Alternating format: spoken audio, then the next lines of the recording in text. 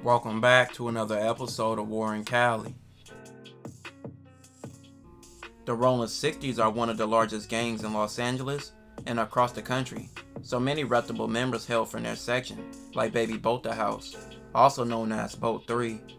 Boat was born Jamie Bow in 1982, and he spent his life growing up in the Rollin 60s community.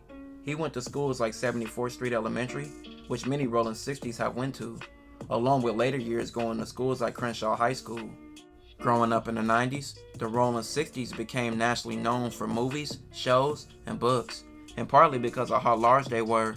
They had many different cliques and age groups spread across the neighborhood. Older members, teenagers, and younger kids all identified with the gang culture around them. Their influence stretched to schools, apartment complexes, parks, and major streets around Crenshaw and Slauson.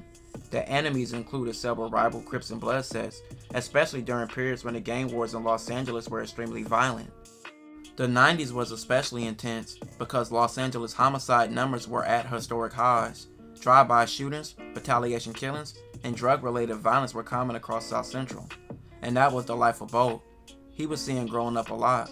It was easy to be influenced and walk a common path in the streets that he seen daily, and he became fully active in his teenage years. He was known for having heart and being with anything that came his way. After doing time as a teenager, he buffed up and furthered his image. He was known for having hands and being a well-respected Rollin 60. By 2004, Boat was 22 years old. In December 2004, everything would change for him. At approximately 7:30 or 8:30 p.m., a woman named Nicole was driving her brother Jonathan to his friend's house. She first stopped in an alley near 75th Street and Crenshaw Boulevard to visit her friend Boat. That evening, Boat and his friends were in his garage, which they used as a game room. Nicole parked in the alley and exited and went inside the home, leaving her brother in the car. While he waited, Jonathan saw the suspect pacing in the alley and peeked around an electric pole towards Boat's house. A few minutes later, Nicole returned to the car. As she and Jonathan drove away, they saw the suspect point a rifle at their car. Nicole dropped Jonathan off at his friend's house and returned to Boat's house. Nicole told the people inside the house about the man with the gun. Shortly thereafter, Boat arrived home from the store with his friend Oscar. At approximately 8:15 p.m. to 8:30, a man named Sherman was parked at the corner of Crenshaw and 76th Street. He saw a shadow that he thought was a bum with a stick in his hand. He saw no one else in the area. Within minutes, he heard 2 gunshots, and then 2 more gunshots thereafter. The shots were sounded so close that Sherman didn't know where they were coming from. He then called the police. Another man named Ricardo and his wife and daughter were visiting a relative in the area at the time of the shooting, between 8 p.m. and 9 p.m. As they were leaving, Ricardo heard 2 or 3 gunshots nearby. They were all a few seconds apart. He and his family went back inside the home. When they drove away about 15 to 20 minutes later, a man crossed their path holding a rifle at his side. Ricardo could not identify the man's face, but described him as black, slim, and 6 foot tall, wearing dark pants and a hooded sweatshirt. He saw no one else. Oscar was at Bolt's house during the shooting. After receiving a phone call that a man with a gun was inside the alley, he and Bolt went to investigate and saw a man pacing holding a rifle. They returned to the house thereafter. Oscar heard 2 or 3 gunshots. At Bolt's suggestion, they went on the roof to see what was happening, he said.